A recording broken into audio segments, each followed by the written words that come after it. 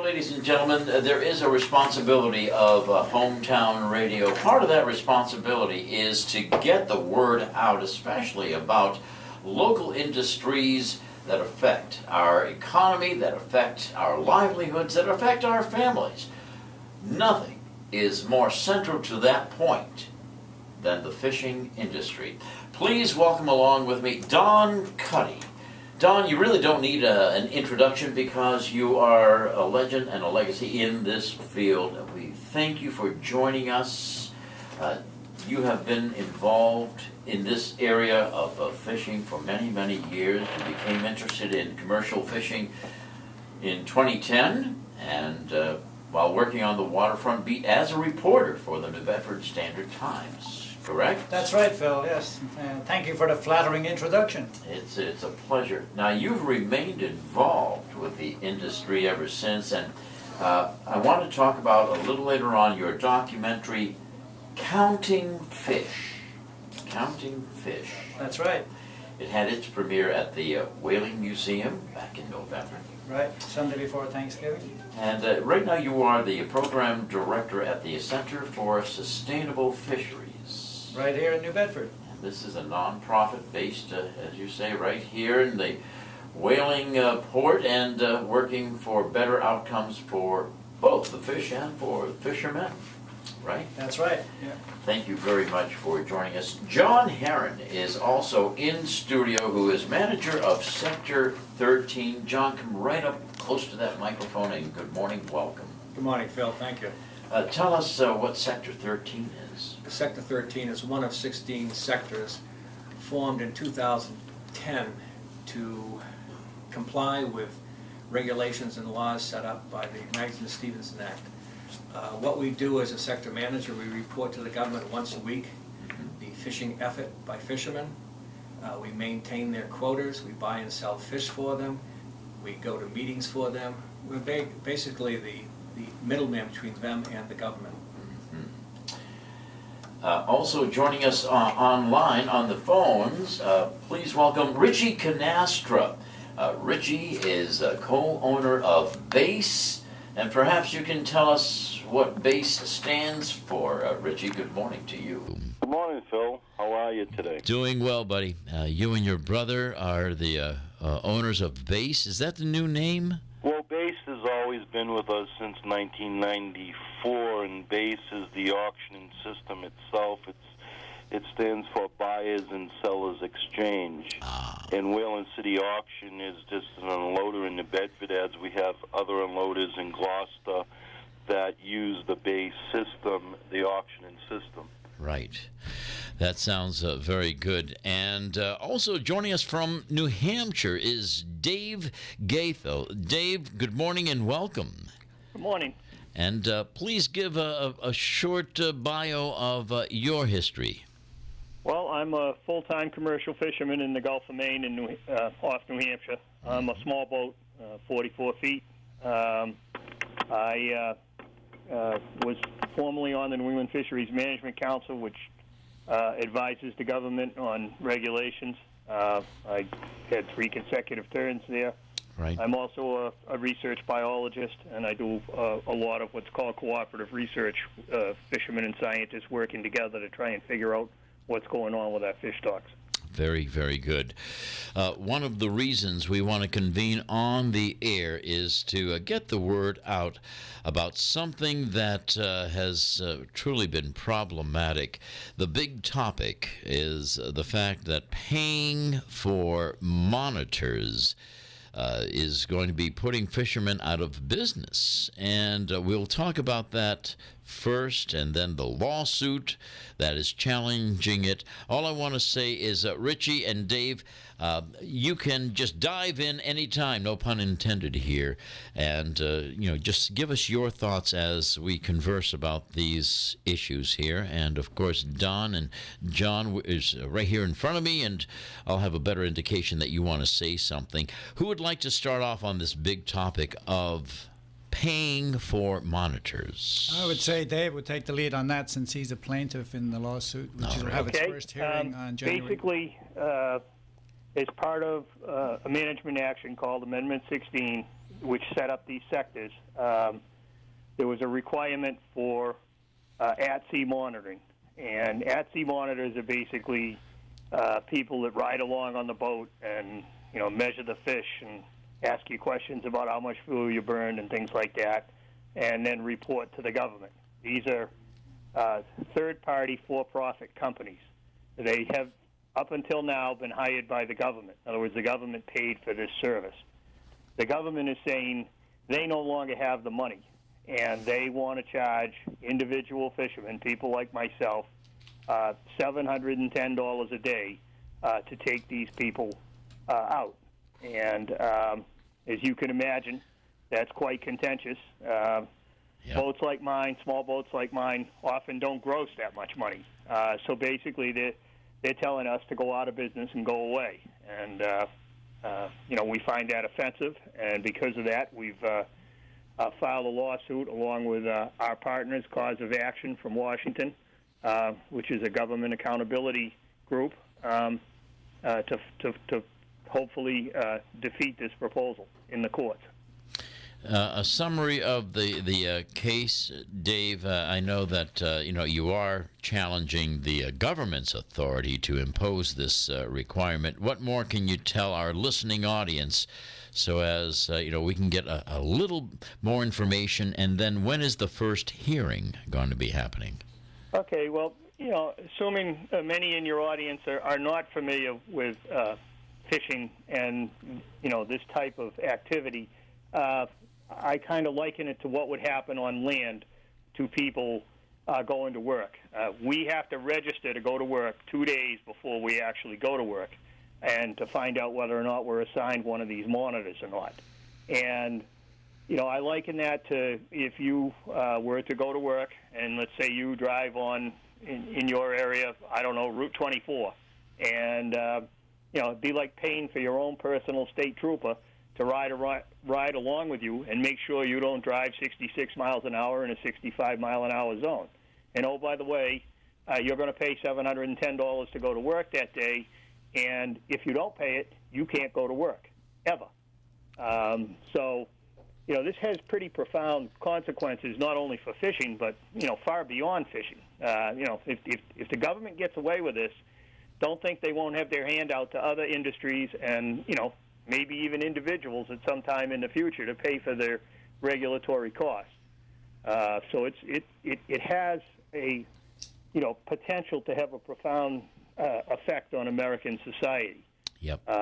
The first hearing is scheduled in Concord, New Hampshire, on January 21st, 2016. We'll keep an eye on that for sure.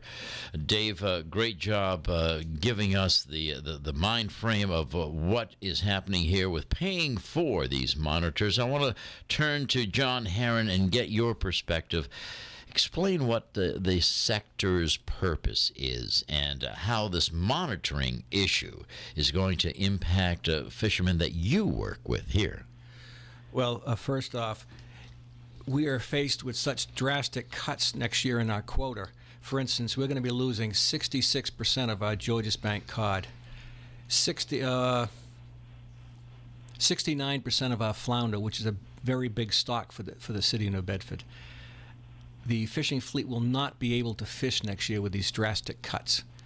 Now, these cuts have been coming year after year. What you find about fishermen is they're very adaptable, and they've adapted over the years to all the regulatory changes. For instance, when this monitoring started, they were initially told, listen, this will be to your advantage. We're going to be out there, we're monitoring, it will help with assessments. It's turned into a law enforcement agency. Yep. Then we had VTRs. If you don't dot every I on a VTR, you cannot go fishing. They do not renew your permit. The black box, once again, that was initiated for safety. Now it is a regulatory and enforcement tool. But the fishermen have adapted and taken these changes quite well over the years, but they just can't take any more. Mm-hmm. Due to these cuts that are slated to start next year, there probably will be very, very little fishing in all the ports up and down the coast. Now, what a sector would have to do in the future is I would be responsible for collecting the fees from those individual boats that chose to go fishing and pay the $700 a day. Now, some of the sectors like mine, I've been fortunate that we could negotiate a lower price than the $700, but we had to give up certain things in order to do that. We had to give up the mobility of landing in certain ports, and in doing so, we are still only going to have 2 boats out of Sector 13 will fish, and we have 50 permits in the sector. And the boats range from Situate, Massachusetts to North Carolina. They will choose not to go fishing next year. The Southern New England yellowtail fleet of Point Judith will not fish because they cannot afford to pay our negotiated, even though it's a little lower than David's. Now, David's price is $700. He's faced with tremendous difficulty because his monitor has to travel long distance to get to these very small ports in New Hampshire. And what happens when monitoring is initiated? All the little ports will disappear. All the small businesses that support the fishing industry will be gone overnight. This is going to be devastating to communities. Richie Canasta, how does this affect your business? The land, and definitely the landings that are forecasted for New Bedford. When sectors started, New Bedford had well over 100 vessels who went out fishing. These were 70-footers and above. Today we're down to 35 vessels. Wow. And what John had mentioned is that these observers were supposed to collect information that would help us in our stock assessment. And since they've been on the vessels, nothing has improved. We have seen drastic cuts over the last 5 years. And the bottom line is that industry does not trust the Bigelow, which does their surveys in the spring and the fall, and that's the only mechanism they have right now because the landings are so low that they can't really put landings into this model as for the assessment. And it only makes common sense that the most abundant species in the ocean are haddock, pollock, and redfish. And those species are caught like mid-water above the bottom of the ocean. Fishermen always said that Bigelow does not tend the bottom, so any species that tend the bottom are not doing well in the stock assessment. Wow. And what's taking place today, fishermen are not going out fishing. They are going out avoiding fish, avoiding the cod, avoiding the flounder, avoiding the species that are plentiful because of the Bigelow cannot catch it.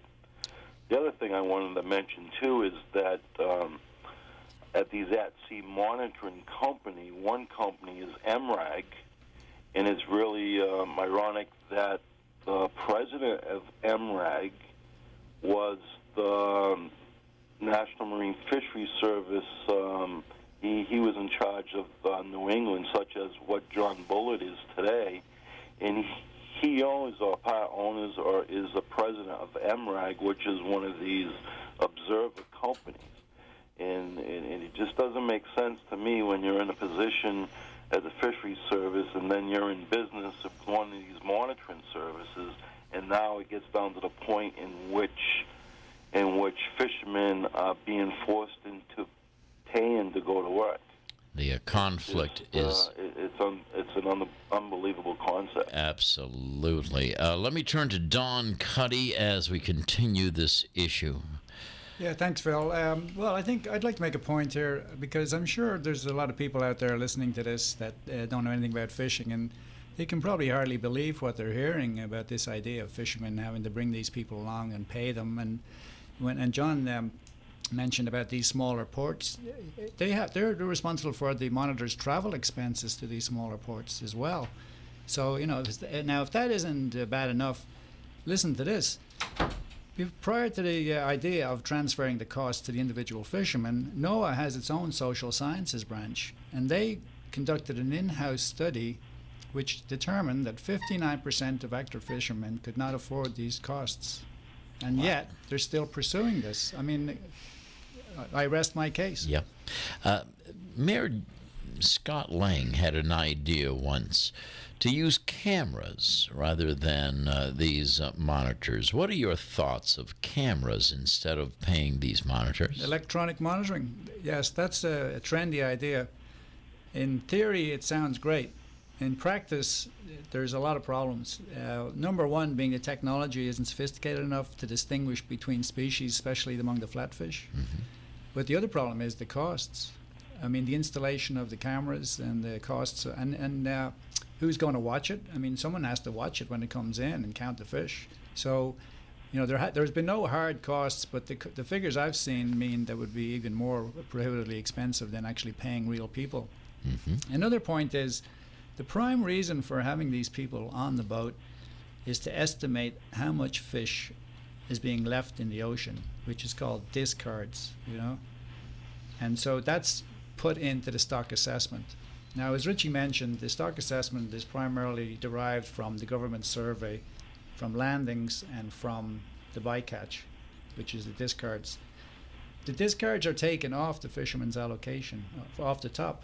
And so everybody has an interest in getting an accurate estimate of that. We think discards are between 3 to 5%. Richie can probably substantiate that. We've had some NGOs, non-government organizations, putting out sensational stories. For instance, in the Globe recently there was a story estimating, and I stress estimating, that New England fishermen were discarding $25 million worth of fish every year. Mm-hmm. I mean, that is an outrageous claim. They've never been able to substantiate that. And yet, it's a sensational claim, so they grab a headline. And right. So, you know, in 2014, New England fishermen only landed 33% of their allowable catch. You know, wow. Which gives the lie to this idea, this anti-fishing idea that somehow commercial fishermen are bad guys who are out there over-exploiting a natural right. resource without any concern for the consequences. So, you know, what Central for Sustainable Fisheries is trying to do is to inform and educate and try to put aside some of this stuff because it's unchecked. You know, the media seems to take whatever the environmental groups give them as mm-hmm. gospel and without really investigating it. And so, you know, there's a problem there for the industry. Indeed. Ladies and gentlemen, we are looking at the most important industry in New Bedford and talking about the issues that are very important in this regard. Richie, perhaps you and Dave would like to weigh in on this. Saltonstall Kennedy. That many people will not realize gives the government incentive to actually bring in foreign fish. And last I heard, we have about 90% foreign fish around here. What I mean by that is that the government is going to make taxes off of foreign landings. Tell us how now this juxtaposed with what is going on here. This doesn't sound like a kosher deal to me. It sounds like the government is actually being an enemy to our fishermen and a friend to foreigners. You want to take that, David? Or? Okay.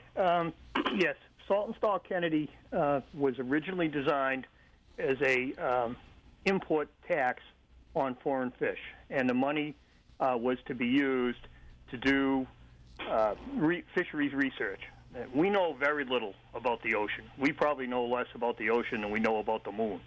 And the money has been siphoned off by NOAA Fisheries to pay for their operating budget, which is really against not only the spirit of Saltonstall Kennedy, but it's probably against the law.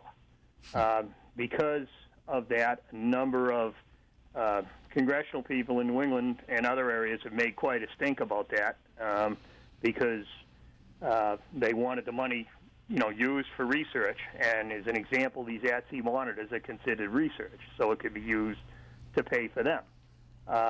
In response to that, the government released a small amount of the money, I think roughly $25 million, for research around the entire nation, not just in New England, and kept the rest, and said, well, we need it for our administrative overhead. I contend that Congress should force them to release all of it, and it could be used to solve a number of issues, and at the same time it would shrink the bureaucracy. The bureaucracy feeds on money, and as we all know, and it never shrinks. When I started fishing back in the early 70s, the entire so-called Greater Atlantic Regional Office, it wasn't called that back then, consisted of a house trailer on the fish pier in Gloucester, probably housed between 12 and 25 people, and they ran the entire fishery from the mid-Atlantic to the Canadian border. And we probably had 8,000 boats or thereabouts fishing in federal waters. I seriously doubt we have more than 800 boats now, and the Greater Atlantic Regional Office in Gloucester is a 5-story building stuffed full of employees. So this bureaucracy has grown by leaps and bounds, and accordingly, its monetary needs have grown by leaps and bounds as well. And there is absolutely no prioritization within that building of, spending your money. Sure. You just go to Congress and say, we need more money all the time. And, one of my contentions is they should have to prioritize their budget just like I have to prioritize mine. I mean, my boat needs about $30,000 worth of stuff at the moment, but because my cod quota has been cut 95%, I can't afford it. So I prioritize and fix what I have to fix. The government spends $2.75 million to paint red X's on dead seals.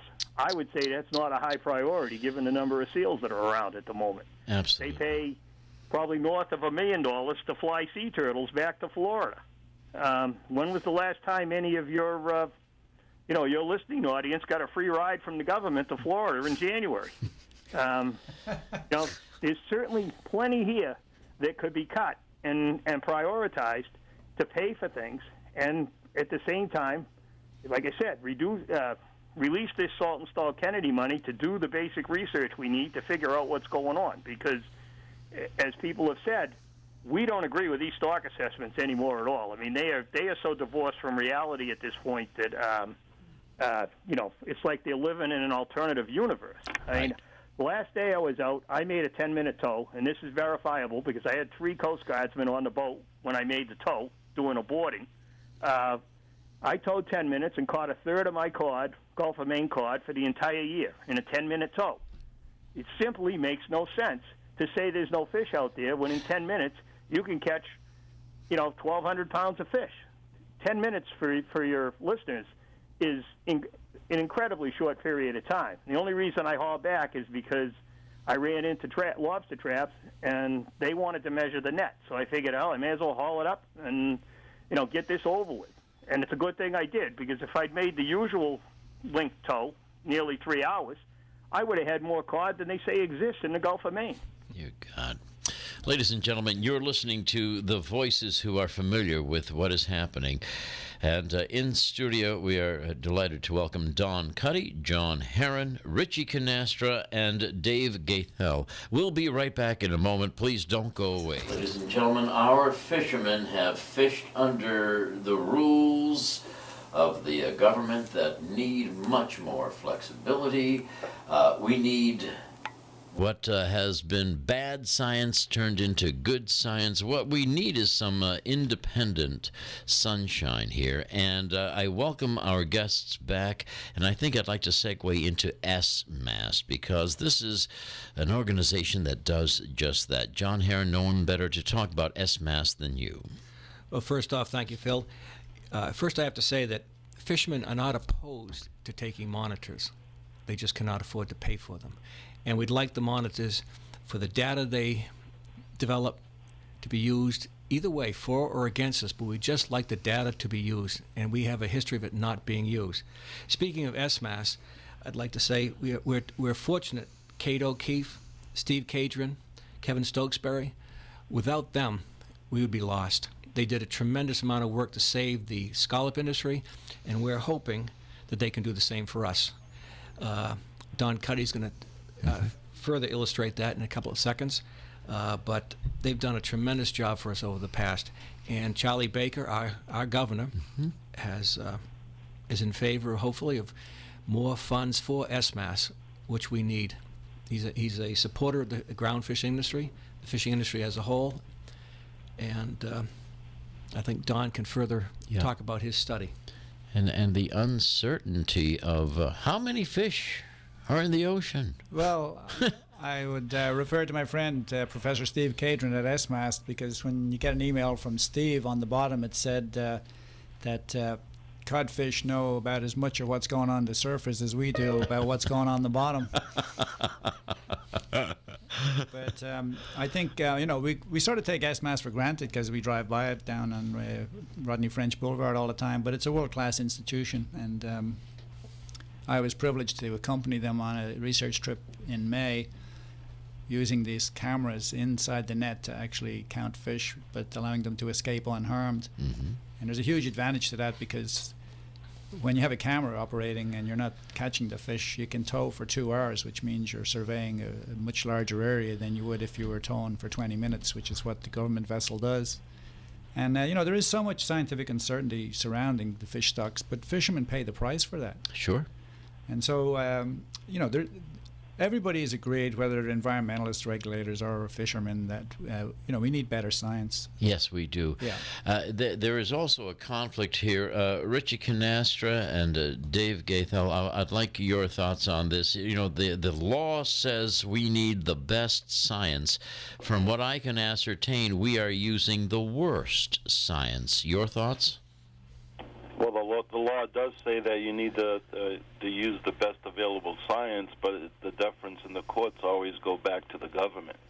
And so we really don't have any chance in the court system. SMAS, as remember with Brian Rothschild and Kevin Stokesbury, where they brought scallops back onto the map only because they went into these closed areas in which we weren't allowed to fish. And we couldn't fish in there because of, disturbing the bottom, etc. So they went in with cameras just to show the biomass. What SMAS is doing today with Kevin Stokesbury and team, and I believe the fishing vessel Justice is out fishing as we speak on a cod survey with these cameras. There's cameras in nets that have an open cod end. And so we don't have allocation to catch the cod, but we won't catch the cod. We'll just film the cod, go into the net, and count them. But the problem is that you need 3-4 years in order for this science to be accepted. The point is with the cameras is that, say, the Fisheries Service says there's no cod in Georges Bank. Well, if I can jump in here. 2 surveys a year. Mm-hmm. Yeah, so at those 2 times they do those surveys, the fish may not be around. And so if they're not around, we get 0 for allocation. Richie, let me hold you right there for a second. Yeah, I just wanted to mention that the Justice came in on Sunday from its cod survey in the Gulf of Maine, which is the first time they've used the cameras actually for cod. Oh, it did come in Sunday? Yeah, and I was speaking to Captain Ron Borgeson, and to substantiate what they're seeing on the cameras, they do a series of closed tows as well, 15-minute closed tows, just to make sure that what comes up in the net is comparable to what they're seeing on the cameras. And what they're seeing compares to what Dave reported earlier, that they caught 800 pound of cod in a 15-minute tow as well. So they're, fishermen in the Gulf of Maine who see cod go in the other direction because they're not allowed to catch them anymore. Mm-hmm. Mm-hmm. So the fishermen are avoiding the fish. But the point is that they're making these surveys twice a year, and if the fish aren't there, then we get our allocations cut down to Georges Bank for next year 66%. But if the fish are there, on the same token, they would devalue the catch, saying that that's it's not normal for us to catch 1,000 pounds or etc. in this tow. So it's always going to the benefit of the fish itself. So the camera tow should be set up so that we can spot check. Mm-hmm. the government is handcuffing you. How can you do your job under these circumstances? Dave, what are your thoughts on this, please? Well, I think people have covered it pretty well, but there is a huge amount of frustration with fishermen on the water in this issue of best available science. To me, putting on my biologist hat here for a minute, the best available science is gathered when fishermen and scientists work together. And cooperative research is one of the ways of solving a number of these issues, as has already been mentioned, that the survey that the Justice was on is cooperative research between SMAST and fishermen. And, one of our problems is that NOAA Fisheries is the arbiter of best available science. And, they have a stubborn habit of saying, we're the government, we're the best, our science is the best, and, getting this other science accepted, especially when it goes against what they believe, is very, very difficult. I mean, as an example, I've worked on a number of surveys of cod and genetic analysis of these cod, and we know the stock boundaries are not correct based on this genetic analysis. We held a cod stock boundary workshop 3 years ago, almost 4 years ago now, and almost everybody in the room said, yeah, we got to change the stock boundaries and reallocate the fish based on these new boundaries. And, several people, because apparently, mostly science is done by consensus, said, well, we really don't have enough information, so we don't agree with that. Wow. And, of course, those people were from the government. Of course. And so nothing happened. So we have, science that contradicts the so-called establishment science at the moment. It's been peer-reviewed, which is what scientists do to, verify their results. They send it out to independent scientists to review it. And it still hasn't been accepted. So we're doing another survey now, a bigger one, over several years, to do the same thing. But meanwhile, the fishing industry now has languished for 4 or 5 years under inadequate cod science, with quotas completely divorced from reality. And we're getting what I would call stonewalled. So you really, your listeners would have to ask themselves, what is the government's true motive here? Yes. I used to believe that the government worked for the people and it was supposed to be doing good. I did 9 years on the New England Fisheries Management Council, laboring under that pretext that I was trying to make things better. And I really wonder at this point now if the opposite isn't true. I understand. The goal here is to exterminate ground fishermen in New England, and why is that? Is that because these ENGOs have gained so much power that they want to turn the ocean into a big national park? I don't know, but it's gone beyond what you'd call reasonable. There are unreasonable, irrational events occurring here, and I really think Congress has got to step in here and take a good hard look at this. One of the problems we have is that the committees that oversee fisheries don't have subpoena power, so they cannot force government officials to testify under penalty of perjury. They cannot force them to appear. I had a meeting with a presidential candidate here at the Fish Co-op last week, and it was John Kasich, and he basically, after hearing what we had to say, said, first of all, it's like everybody. They can't believe it's true. But then his next statement was that you really got to hit them where it hurts, and the only place you can hit a bureaucracy where it hurts is in the wallet. And he said, if he was elected president, he'd zero out their budget, and that would get their attention. There you go. And, maybe that's the kind of thing that has to happen. It's sad the government has to work this way, but as I said, things appear to be just completely out of control at the moment. Right. We're going to be right back in a moment. But, Dave, I speak with so many who say, Phil, there's plenty of cod out there. And yet, on the other hand, these scientists are saying, no, the cod has vanished. Yeah, right. We'll be right back, folks. Don't go away. Welcome back as we summarize some of our thoughts about what the fishing industry needs, what the fishermen need. And we start once again. Welcome back to John Herron, Don Cuddy. We're also on the phone with Richie Canasta and Dave Gaithel. Let me start here in the studio. Let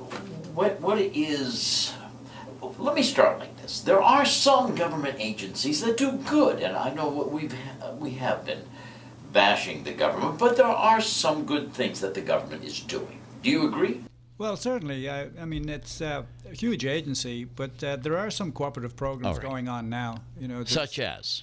Well, there's something called the Study Fleet that's run by a man in NOAA called John Hoey, and that involves fishermen taking instruments on their boat so that, for instance, they'll put temperature and depth sensors on the trawl doors, and that way they'll be supplying data to NOAA to improve the stock assessment and our knowledge about what's happening on the ocean. Sure. There is a program called NEMAP, which is an inshore survey. The government survey vessel, the Bigelow, draws 22 feet of water, and so it cannot do the inshore survey. So they have been working for several years now with the Virginia Institute of Marine Science, who put their team aboard a commercial fishing vessel, the Dorana Ore, with Captain Jimmy Roll, who is a board member at CSF. And they've been coming up with the stock assessment for the shallower waters all the way from Cape Cod to Cape Hatteras. Mm-hmm. So this is the kind of ideal scenario that I think we'd all like to see, which is government, or fishery scientists, whether independent or government, working collaboratively with the industry. Let the fishermen handle the gear and let the scientists come up with the results. And that way we have something that everyone has a stake in. Real-time data. Real-time data from the sea. Mm-hmm. Because, they have these computer models and they model the stock biomass. And then, in retrospect, they find out that they were wrong. The results did not turn out as anticipated.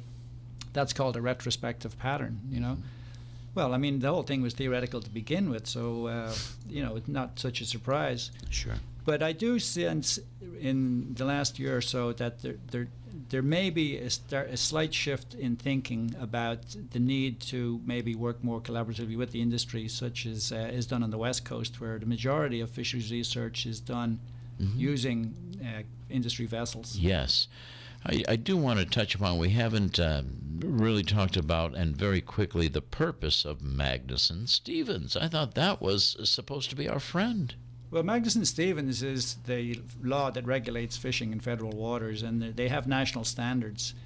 But, one of the principal goals of fishery management should be, and is, to generate yield, to actually catch fish. Right. The maximum sustainable yield, which is catch as many fish as you can for the economic benefit of the nation without damaging the biomass. Exactly. But now we have this emphasis on overfishing, which in itself is a misnomer, because when people hear the term overfishing, they blame fishermen for being greedy. But overfishing includes things like natural mortality or fish moving away, because it's not simply a question of fishermen taking too much fish. And on that point, I know Dave has very strong feelings about his government, but his senators in New Hampshire, Gene Shaheen and Kelly Ayotte, have been quite vocal in supporting their fishermen. Yeah. And they arranged a meeting in New Hampshire, and they got John Bullard in there. Now, John Bullard, of course, is well known in this area, but now he's the regional administrator for National Marine Fisheries. Right. And at that meeting, John said that eliminating overfishing was paramount. So he was challenged by that. Kelly Ayotte asked him where in the law he found language that supported that claim. But I think that was a revealing statement, because, it's not about eliminating overfishing as a priority. It's about supporting our fishing industry for the economic benefit of the nation. Exactly. The real purpose of Magnuson-Stevens. Dave, we need to wrap things up. Let me give you and Richie a moment to give us your final thoughts, and John as well. Dave, let me start with you in New Hampshire. I'm sorry. Listeners would like to know there are only 9 active boats left in New Hampshire, and if we don't prevail in this lawsuit, all 9 of those boats will be non-viable. So New Hampshire, with over a 400-year fishing history, will be the first state in the union removed from the fishery. Wow. That's a pretty profound statement, and people really ought to think about that. Yes. For a while. This is a very, very serious situation, and I think your listeners have probably gotten a sense of the frustration that we're feeling through your interview today. We're running out of time here, and we're running out of time very, very quickly. So, as I said, we'll have to see what happens. But by the start of fishing year 2016.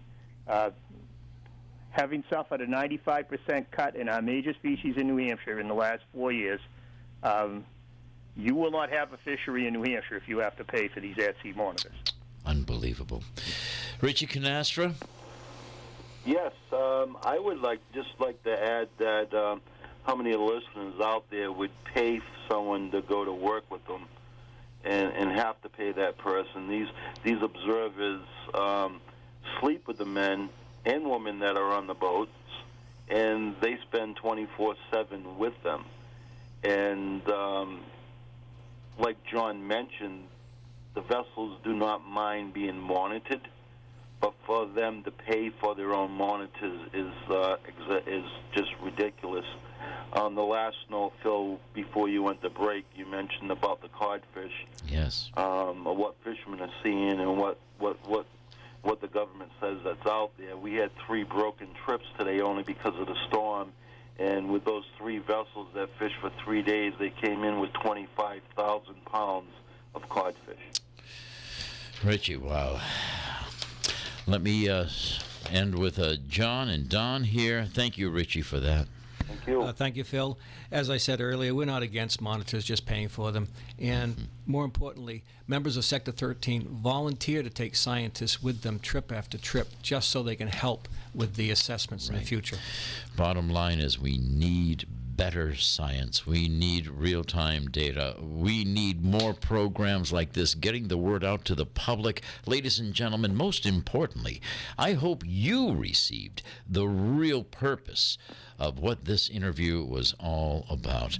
To you, Dave, you have our thoughts and prayers with you on January 21st up there in New Hampshire in Concord. As you go through that process. Dave Gaithel, thank you for joining us.